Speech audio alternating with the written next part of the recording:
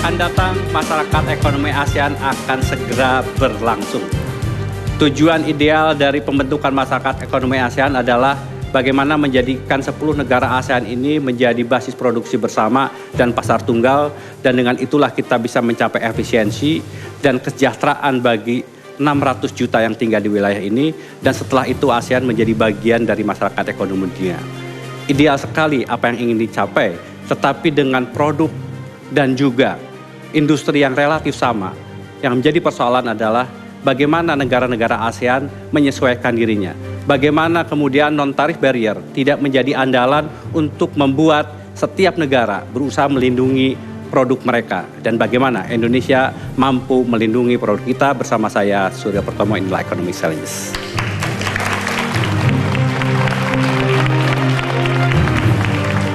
Lindungi produk dalam negeri, itulah tema yang akan coba kita bahas, dan seperti biasa saya ditemani oleh rekan saya Leonard Samosir. Leo, selamat malam. Selamat malam Mas Tommy.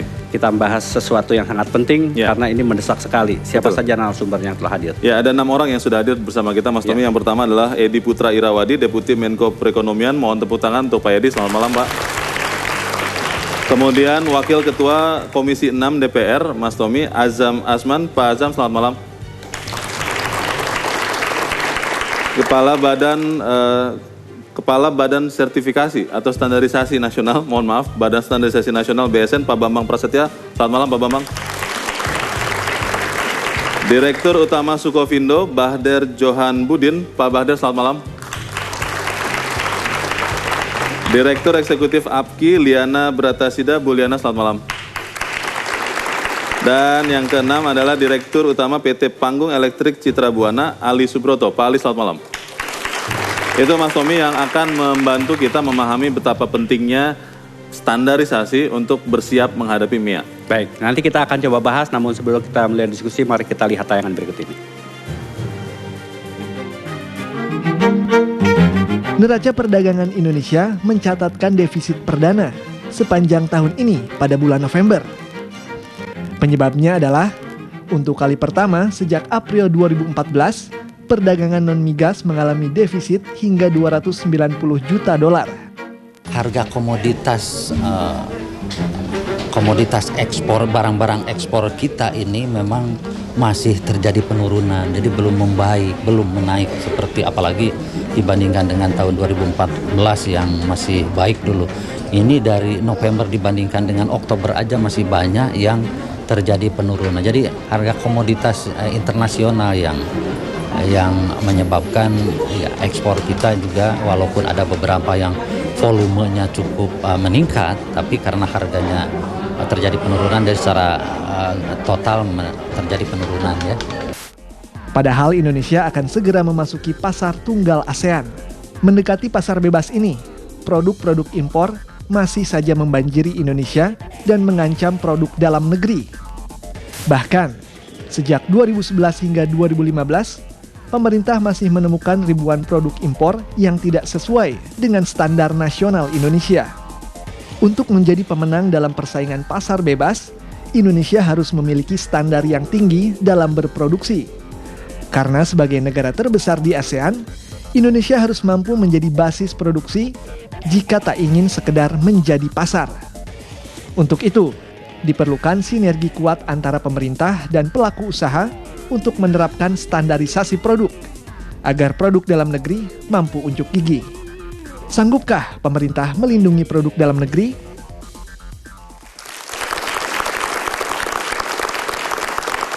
Leo, seperti apa sebetulnya perekonomian negara-negara ASEAN sekarang ini? Ya, Mas Tommy dan pemirsa, saya punya beberapa data di sini yang menjadi harus kita perhatikan dengan sungguh-sungguh.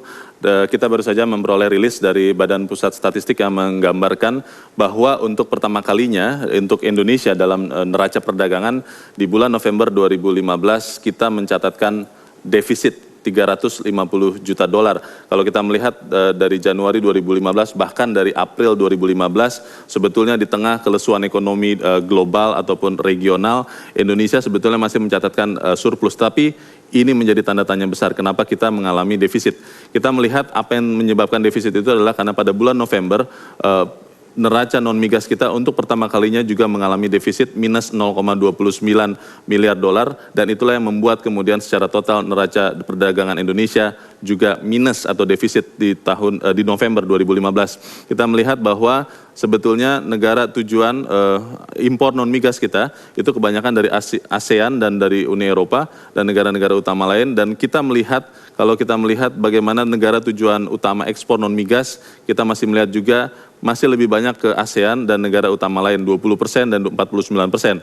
Kita melihat kalau yang paling banyak untuk kita ekspor non-migas adalah lemak dan minyak makan atau minyak nabati, itu sekitar 14% di 2015, datanya dari BPS. Dan kalau kita melihat bagaimana kita mengekspor mesin, perhiasan, kendaraan, singkatnya adalah barang-barang yang merupakan hasil manufaktur relatif kecil.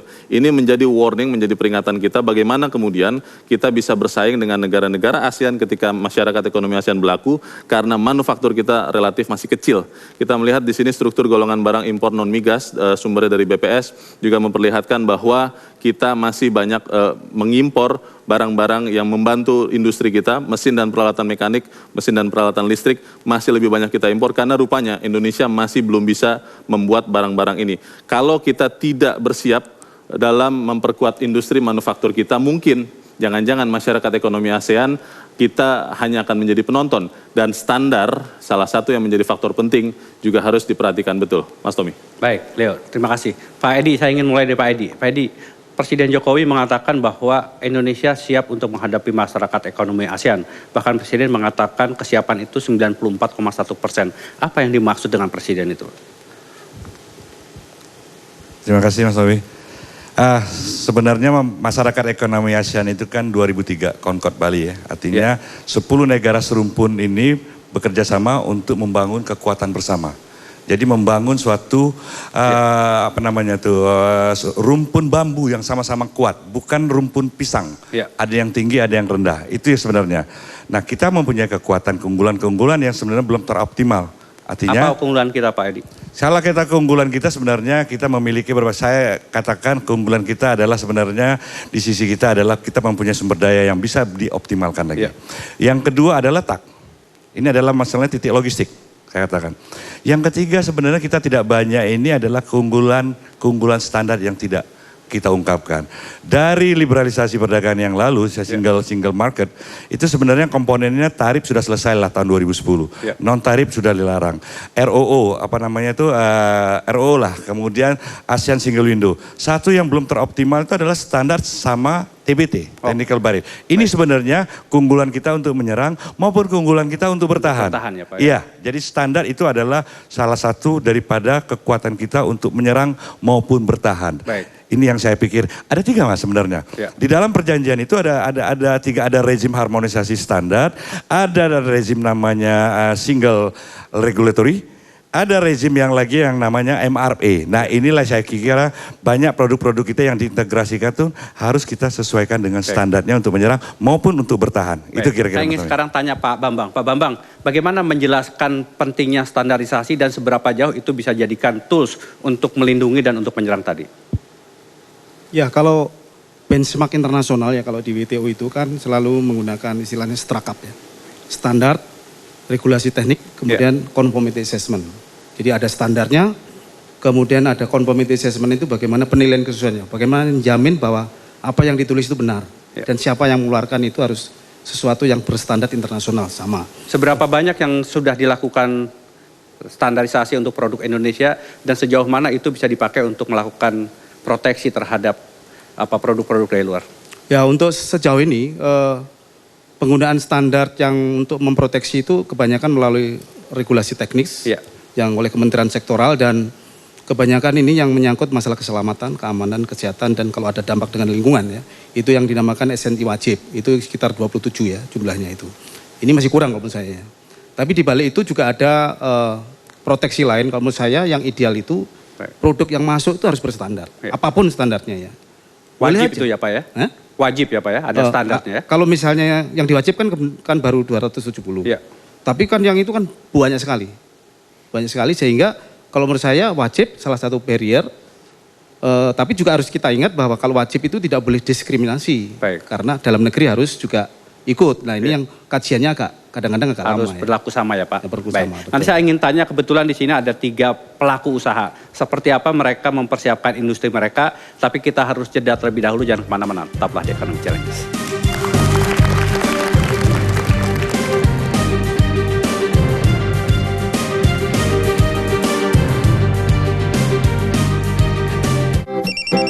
Hai sayang, kamu kan lagi batuk, jangan lupa sih. Ngatur.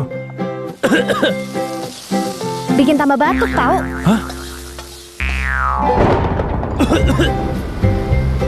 Tuh kan batuk terus.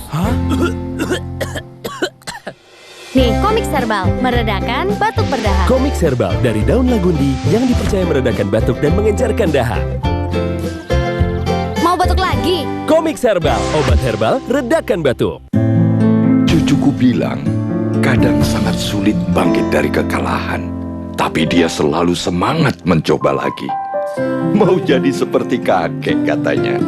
Bukan diabetesnya, tapi semangat hidup sehatnya. Karena dia 6 kali lebih berisiko terkena diabetes. Tropicana Slim Diabetics untukku, klasik untuknya.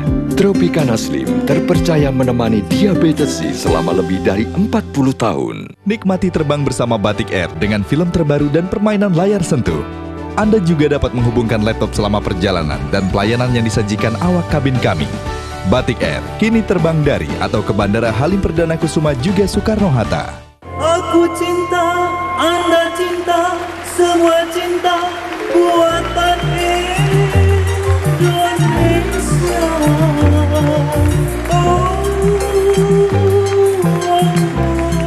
Baru Entrasol Quick Start dengan 3 High Formula, High Calcium, Fiber, Vitamin D, dan Real Oat.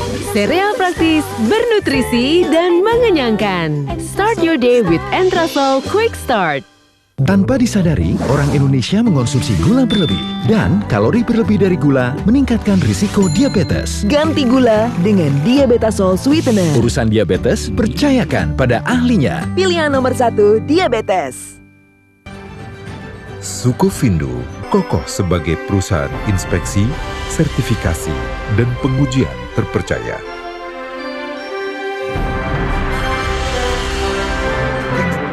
Dengan sistem manajemen terpadu, didukung sistem informasi yang handal, dan dijalankan oleh lebih dari 2.500 pegawai kompeten dan berintegritas tinggi. Assure your confidence. Kabar gembira untuk kita semua. Kulit manggis kini ada ekstraknya. Mastin hadir dan rawat tubuh kita. Jadikan hari ini hari Mastin. Tampil bersinar membuat tubuh bahagia. Badan sehat, rahasia Mastin Herbal. Rahasia alam dari Indonesia. Penuh pesona, pesona Mastin. Mastin Good. Sudah tahukah Anda, Badan Pusat Statistik akan melaksanakan sensus ekonomi selama bulan Mei 2016. Bagi Anda, para pelaku usaha di luar sektor pertanian, nantikan kedatangan petugas kami. Pastikan Anda memberikan jawaban yang benar. Karena akurasi pendataan usaha yang Anda miliki akan berpengaruh terhadap pembangunan ekonomi di Indonesia. Sensus ekonomi membantu pemerintah dalam menentukan kebijakan yang tepat sasaran.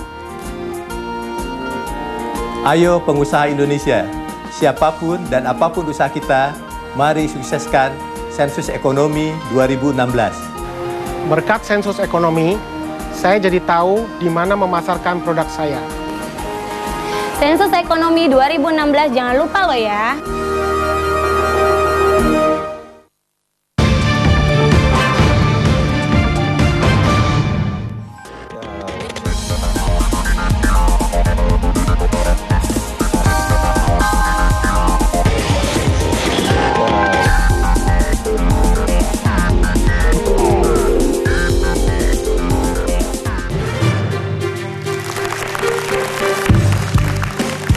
Terima kasih Anda masih di Economic Challenges. Ibu Liana tadi menarik Pak Bambang menyampaikan bahwa semua industri dalam negeri pun harus melakukan SNI.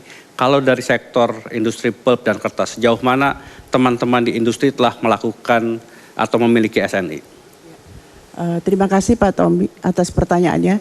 Jadi industri pulp dan kertas merupakan salah satu sektor yang diprioritaskan pemerintah di dalam menghadapi masyarakat ekonomi ASEAN. Ya. Di dalam hal ini kami sudah mempunyai 100 SNI, terdiri dari SNI untuk kualitas atau mutu dan SNI untuk uji. Itu untuk semua industri yang ada atau masih ada beberapa yang belum, Bu? Enggak, itu industri pulp dan kertas ya. yang sudah dibentuk SNI-nya. Ya. Dan itu sifatnya sukarela, ya. Jadi perusahaan-perusahaan itu ada yang mempunyai dan ada yang tidak, karena belum diwajibkan. Tetapi kalau dia menyangkut K3L, yaitu keamanan, kesehatan, dan keselamatan lingkungan, maka kami sedang menyiapkan regulasi teknisnya dan juga sedang menyiapkan dengan bekerja sama dengan BSN, itu adalah untuk dijadikan SNI wajib, ya. Jadi itu untuk SNI kertas kemasan pangan karena kontak langsung dengan makanan. Tapi saya ingin menyampaikan Pak Tommy bahwa industri pulp dan kertas itu di ASEAN tuh nomor 1 karena kita mempunyai berbagai keunggulan. Pohonnya tumbuhnya cepat 5 tahun. Kemudian kita letak geografisnya itu dekat ke daratan Tiongkok, dekat ke Australia, dekat. Jadi kita strategis sekali. Ya, selain itu tanamannya hanya 5 tahun tumbuh. Jadi artinya kalau dari sisi kesiapan menghadapi persaingan teman-teman industri pulp dan kertas sudah siap? Kita siap karena kita adalah nomor 1 di ASEAN, Pak. Ya. Dan kita mengekspor ke negara-negara ASEAN itu sendiri. Tetapi yang perlu dilakukan barangkali juga perlu kami sampaikan bahwa perlu ada kebijakan yang lebih kondusif untuk mendukung struktur industri itu. Apa itu, Bu? Kebijakan apa yang Kebijakannya misalnya kita harus melihat daya saing, kebijakan daya saing. Karena Indonesia dibandingkan negara ASEAN lainnya itu masih nomor 4, Pak. Ya. Di ASEAN, sesama ASEAN nih. Yang mahal apanya, Bu? Yang mahal? Yang mahal di Indonesia sehingga kemudian daya saingnya nomor 4 itu apa?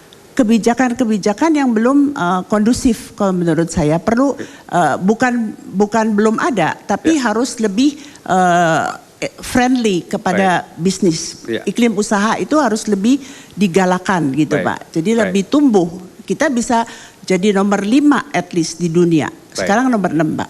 Baik. Sekarang saya ingin kepada industri elektronika, Pak Ali. Seperti apa kondisinya di industri elektronika sendiri? Sejauh mana elektronik kita akan mampu bersaing di masyarakat ekonomi ASEAN?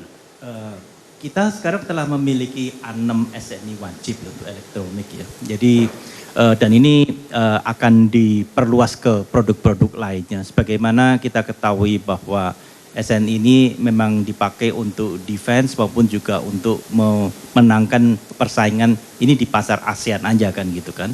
Nah jadi dengan adanya SNI wajib ini tentunya industri yang berada di negerinya sendiri itu otomatis akan lebih diuntungkan daripada barang didatangkan dari negara tetangga di sana. Jadi ini otomatis akan memberikan keuntungan daripada industri dalam negeri untuk mempertahankan pasarnya di dalam negeri sendiri di sana. Kalau teman-teman industri elektronik sendiri yang paling dikhawatirkan apakah persaingan di dalam produksinya atau sebetulnya yang ditakutkan terhadap penyelundupannya di Indonesia ini? Sebetulnya begini, kalau dari segi produk kita tidak terlalu mengkhawatirkan karena kekuatan daripada negara-negara ASEAN itu hampir sama. Tapi dari 10 memang tidak semuanya sama ya. Tapi mungkin dari yang sama dengan Indonesia seperti Thailand, Malaysia ya yang kira-kira sama. Nah mereka itu sama-sama melakukan hal yang sama. Jadi mereka memproteksi pasarnya sendiri-sendiri. Jadi diperkirakan internal trade ya yang terjadi akibat daripada MEA ini untuk produk elektronik itu tidak terjadi terlalu signifikan, tidak seperti pasar tunggal di Eropa. Itu adalah mereka internal trade-nya bisa 75%, di ASEAN itu diperkirakan hanya 20% dan sekarang sudah terjadi. Jadi perubahannya tidak akan banyak. Baik. Sekarang saya ingin ke Pak Bahdar. Pak Bahdar, kalau dari Sukovindo sendiri, apa yang kemudian bisa dikontribusikan untuk memperkuat industri kita? Ya, makasih Mas Tommy. Sukopindo adalah merupakan BUMN yang memiliki kompetensi untuk hal tersebut. Nah, strategi untuk meningkatkan daya saing tentu melalui terapan SNI yang lebih akurat. Ya. Nah, kami melihat bahwa Sukopindo dalam hal ini adalah merupakan pengujian, lembaga sertifikasi yang terkait dengan kegiatan tersebut harus dimanfaatkan secara maksimal fungsi dan bagaimana mensosialisasi keberadaan daripada Sukopindo sendiri dalam rangka meningkatkan usaha mikro, usaha kecil agar supaya ke depan jauh lebih bersaing terhadap negara-negara ASEAN. Itu termasuk barang yang akan masuk ke Indonesia maupun yang akan keluar ya Pak ya? Iya. Dan itu sekarang sejauh mana bisa dilakukan pengawasannya secara lebih ketat Pak? Sekarang kami sudah lakukan bekerja sama dengan BSN, kami telah bekerja sama seluruh kementerian yang terkait dengan produk-produk yang masuk maupun yang keluar. Nah, untuk meningkatkan hal tersebut, kami secara sukarela juga melakukan pelatihan, melakukan bimbingan kepada industri-industri mikro, home industry dalam rangka menghadapi ke depan agar supaya kondisi produk-produk ataupun hasil daripada anak bangsa ini bisa bersaing. Dengan pelabuhan yang begini banyak tidak menjadi masalah Pak? Oh, saya rasa enggak. Yang penting kita tentram, tertib, dan pemerintah bisa membuat satu regulasi yang paten agar supaya ke depan jauh lebih solid untuk hal tersebut. Baik, Pak Asam sudah mendengarkan penjelasan mengenai berbagai pihak, kesiapan pemerintah, BSN dan juga kalangan dunia usaha. Nanti saya ingin tanya, seperti apa kemudian Komisi 6 melihat persoalan yang terjadi pada pembangunan industri kita, khususnya untuk menghadapi MEA. Tapi kita harus jeda terlebih dahulu, jangan kemana-mana, tetap pada Ekonomi Challenge.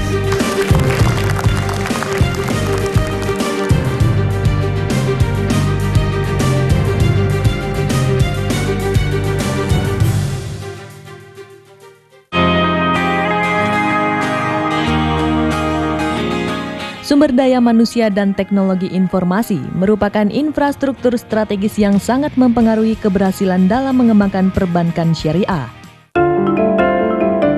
Saat ini, perguruan tinggi sudah semakin banyak membuka program studi perbankan dan perekonomian syariah. Karena itu, diperlukan kerjasama antara lembaga pendidikan tinggi dan industri perbankan syariah agar dapat dihasilkan sumber daya manusia yang siap pakai sesuai kebutuhan industri. Di samping itu, industri perbankan syariah menghadapi tantangan tersendiri dalam inovasi produk dan pemasarannya. Salah satu solusinya adalah melalui pemasaran dan pelayanan berbasis teknologi informasi. Saat ini sebenarnya sudah lebih dari 100 program studi yang terkait dengan perbankan syariah. Kami dari OJK mencoba memfasilitasi agar supaya lulusan dari perguruan tinggi ini dapat terserap oleh perbankan syariah. Oleh karena itu kami namakan program itu Link and Match. Kami juga mendorong Bank Syariah supaya bisa mendukung program studi ini misalnya dengan cara mendirikan mini bank di perguruan tinggi tersebut sehingga nanti para lulusan dari perguruan tinggi ini dapat mempraktekkan ilmunya di mini bank tersebut sehingga dengan mereka pada saat mereka lulus mereka nanti dengan mudah bisa langsung terserap oleh industri perbankan syariah. IT ini suatu hal yang memang sangat menentukan. Oleh karena itu kami mendukung sinergi antara IT dari anak usaha dari Bank Syariah dengan induknya. Sehingga dengan demikian diharapkan produk-produk Bank Syariah ini didukung oleh IT yang bagus itu bisa sesuai dengan kebutuhan masyarakat. Katakanlah fitur-fitur di ATM-nya itu bisa menjawab kebutuhan masyarakat. Sehingga dengan demikian ini diharapkan dengan IT yang disinergikan tadi itu bisa mendukung produk Bank Syariah supaya sesuai dengan kebutuhan masyarakat.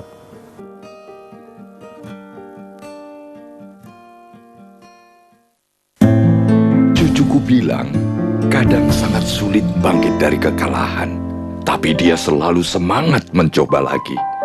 Mau jadi seperti kakek katanya. Bukan diabetesnya, tapi semangat hidup sehatnya. Karena dia 6 kali lebih berisiko terkena diabetes. Tropicana Slim Diabetics untukku, klasik untuknya. Tropicana Slim terpercaya menemani diabetesi selama lebih dari 40 tahun. Terbang dengan Batik Air. Pulang dengan Rolls Royce. Terbang dengan Batik Air. Bisa menang Grand Prize. 1 Rolls Royce, 5 Mercedes-Benz, dan 10 Honda Jazz yang diundi tiap bulan. Baru Entraso Quick Start dengan 3 High Formula, High Calcium, Fiber, Vitamin D, dan Real Oat. Sereal praktis, bernutrisi, dan mengenyangkan. Start your day with Entraso Quick Start. Tanpa disadari, orang Indonesia mengonsumsi gula berlebih. Dan kalori berlebih dari gula meningkatkan risiko diabetes. Ganti gula dengan Diabetasol Sweetener. Urusan diabetes, percayakan pada ahlinya. Pilihan nomor 1, diabetes. Aku cinta, Anda cinta, semua cinta buatan Indonesia.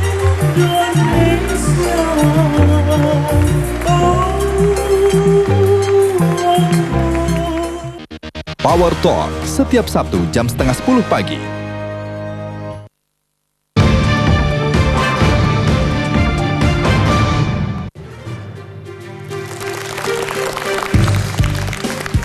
Anda masih di Economic Challenges yang sedang membahas lindungi produk dalam negeri.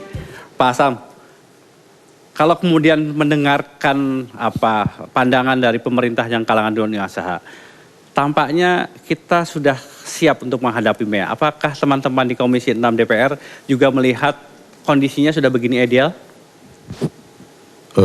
Ideal betul tidak. Tetapi kita berjalan menuju ke arah yang ideal. DPR sudah membuat bersama pemerintah 4 undang-undang pada tahun 2014. Yang pertama adalah undang-undang tentang perindustrian, di mana dimaksudkan untuk membangun industri Indonesia yang menjadi industri yang berdaya saing global. Yang itu pada tahun 2014. Kemudian Undang-Undang Nomor 7 tahun 2014 tentang perdagangan, di mana diharapkan dapat menciptakan pasar yang adil dan sehat, serta meningkatkan kapasitas Indonesia untuk bernegosiasi dengan pasar global. Kemudian yang penting adalah Undang-Undang 20 tahun 2014 juga, tentang standarisasi dan penilaian kesesuaian yang dimasukkan untuk membangun infrastruktur tentang mutu nasional yang dapat digunakan untuk mendukung pembangunan industri dan menjadi acuan pengaturan pasar dalam negeri. Ini yang penting. Yang ketiga, pada tahun 2014 juga ada Undang-Undang Nomor 33 tentang produk halal, jaminan produk halal dimasukkan untuk menjamin ketersediaan produk halal bagi masyarakat. Ini yang sudah dibuat untuk mendukung bagaimana kita menghadapi pasar supaya ASEAN, jalan, pasar lalu apa yang harus dilakukan Pak Asam? Supaya kemudian bisa jalan, undang-undang itu bisa teraplikasikan, apa yang harus dilakukan? Harus segera dilakukan harmonisasi. Harus segera diterbitkan PP untuk Undang-Undang Nomor 3 perindustrian. Dalam 1 tahun sudah harus terbit. Ya. Kemudian Undang-Undang Perdagangan dan Undang-Undang 33 tentang produk halal. Kemarin sudah dilakukan pembicaraan dengan Menkumham untuk mempercepat Undang-Undang Nomor 7. Tidak perlu dibuat PP lagi, tapi merujuk pada Undang-Undang 20 tahun 2014 tentang Badan Standarisasi Nasional. Ini sudah cukup kuat sebetulnya, tapi harus segera diterbitkan peraturan pemerintah terhadap ketiga undang-undang tersebut. Baik, saya sekarang tanya Pak Edi. Pak Edi, sejauh mana kemudian peraturan pelaksana itu telah disiapkan supaya menopang seperti apa yang disampaikan Pak Asam tadi, Pak? Betul kata beliau, memang ada 3 undang-undang yang mempunyai yang bertanggung jawab artinya dalam masalah standar. Sekarang yang saya tahu ya artinya harmonisasi perindustrian sedang menyiapkan peraturan pelaksananya. Perdagangan juga demikian. Begitu lamanya Pak? Enggak. Jadi artinya sekarang ada tingkat menteri, ada tingkat PP. Tingkat menteri kan baru keluar sekarang nih deregulasi banyak. Kita ingin mendorong standar. Tadi saya bilang bahwa sebenarnya dalam menghadapi MEA ini kita jangan lagi berpikir protektif insentif. Karena standar itu keunggulan. Orang menjadi branding, unggul. Dulu kita ingat masa kecil namanya, kalau mau beli karet Indonesia namanya SIR 20. Itu menjadi branding.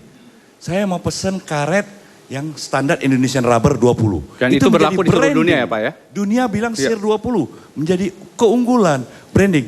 Nah ini yang kita dorong. Karena artinya 24% dari perdagangan ASEAN yang 2,5 US dollar triliun itu adalah internal ASEAN. 76% itu kan keluar. Kenapa kita tidak menciptakan branding keunggulan baru melalui standar? Standar menjadi world class product. Dalam pandangan Pak Edi, apa Pak yang bisa dilakukan seperti karet juga Pak? Ya saya hanya mengatakan, kita mengatakan standar sebagai alat promosi. Jangan sebagai alat proteksi. Saya sangat setuju. Dalam tingkat regulasi, Mas Tommy tahu kan, baru-baru ini sejak 9 September sampai dengan sekarang, kita menghilangkan standar yang digunakan sebagai alat proteksi yang membabi buta.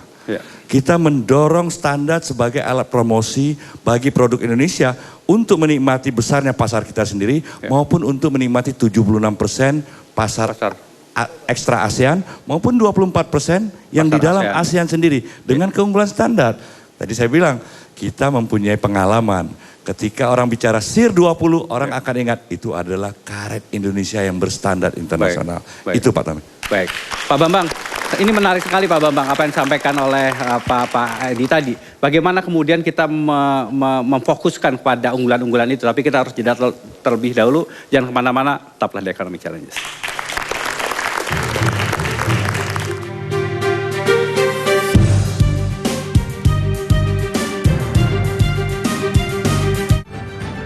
Sukovindo kokoh sebagai perusahaan inspeksi, sertifikasi, dan pengujian terpercaya.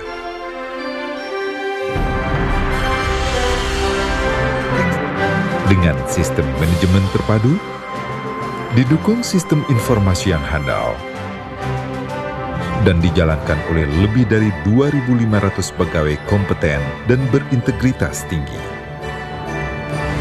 Assure your confidence. Papa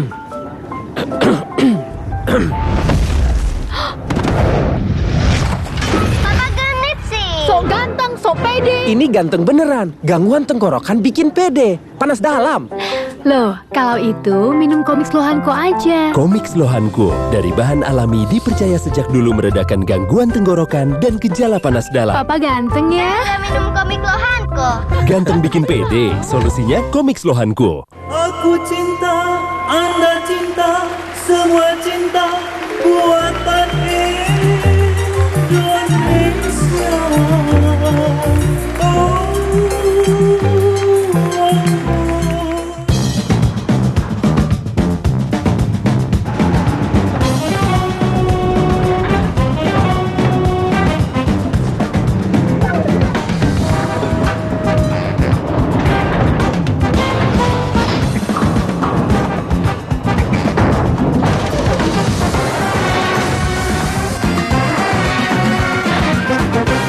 Beauty of stability. The new Santa Fe. Hyundai. Datang bulan gak lancar. Capek deh. Oh bulan, datanglah. Ayo minum kapsul. Datang bulan teratur. Hari-hari ku jadi ceria karena M kapsul. Sahabat wanita. Kapsul redakan nyeri hati.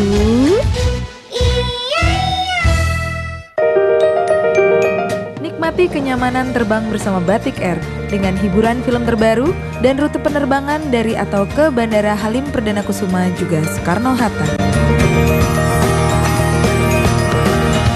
Baru Entrasol Quick Start dengan 3 High Formula, High Calcium, Fiber, Vitamin D, dan Real Oat.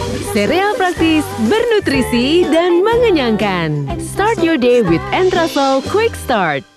Tanpa disadari, orang Indonesia mengonsumsi gula berlebih. Dan kalori berlebih dari gula meningkatkan risiko diabetes. Ganti gula dengan Diabetasol Sweetener. Urusan diabetes, percayakan pada ahlinya. Pilihan nomor 1, diabetes. 1000 meter, setiap Selasa, jam 9 malam.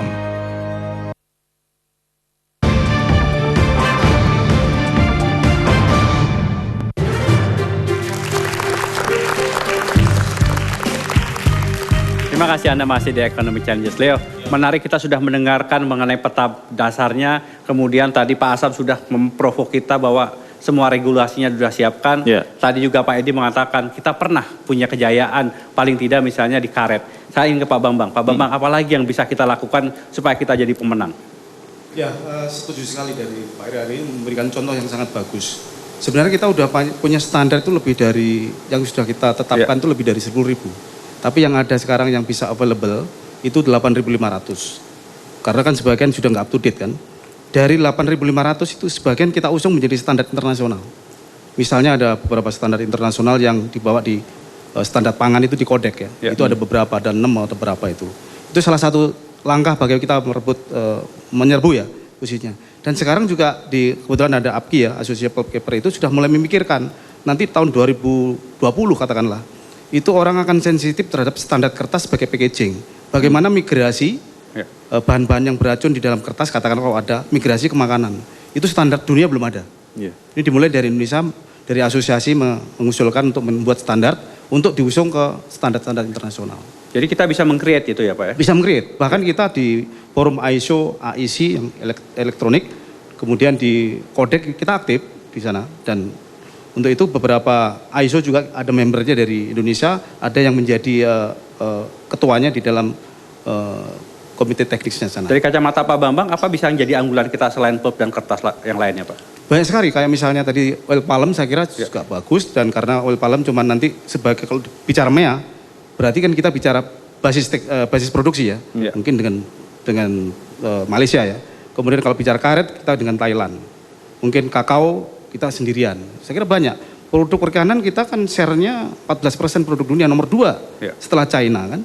Kalau kita bicara mebel aja, itu diam-diam kita 2% share dunia. Dan itu membuat harga lebih tinggi ya Pak ya, kalau dengan standarisasi seperti itu ya Pak? Nah ini yang kadang-kadang rancu ya, itu tergantung kalau bicara tinggi itu sebenarnya berapa persen terhadap harga akhir. Kalau itu industri besar gak ada artinya, karena itu kan bisa mengeliminasi biaya promosi. Gap antara antara konsumen dengan produsen itu diatasi dengan standar. Bu Liana, kalau kemudian menerjemahkan ke dalam industri pulp dan kertas, apa yang bisa dilakukan APKI supaya kita jadi pemenang lagi? Iya, tadi kan kita udah punya keunggulan ya Pak ya. Tapi sekarang saya ingin menyampaikan bahwa di ASEAN Economic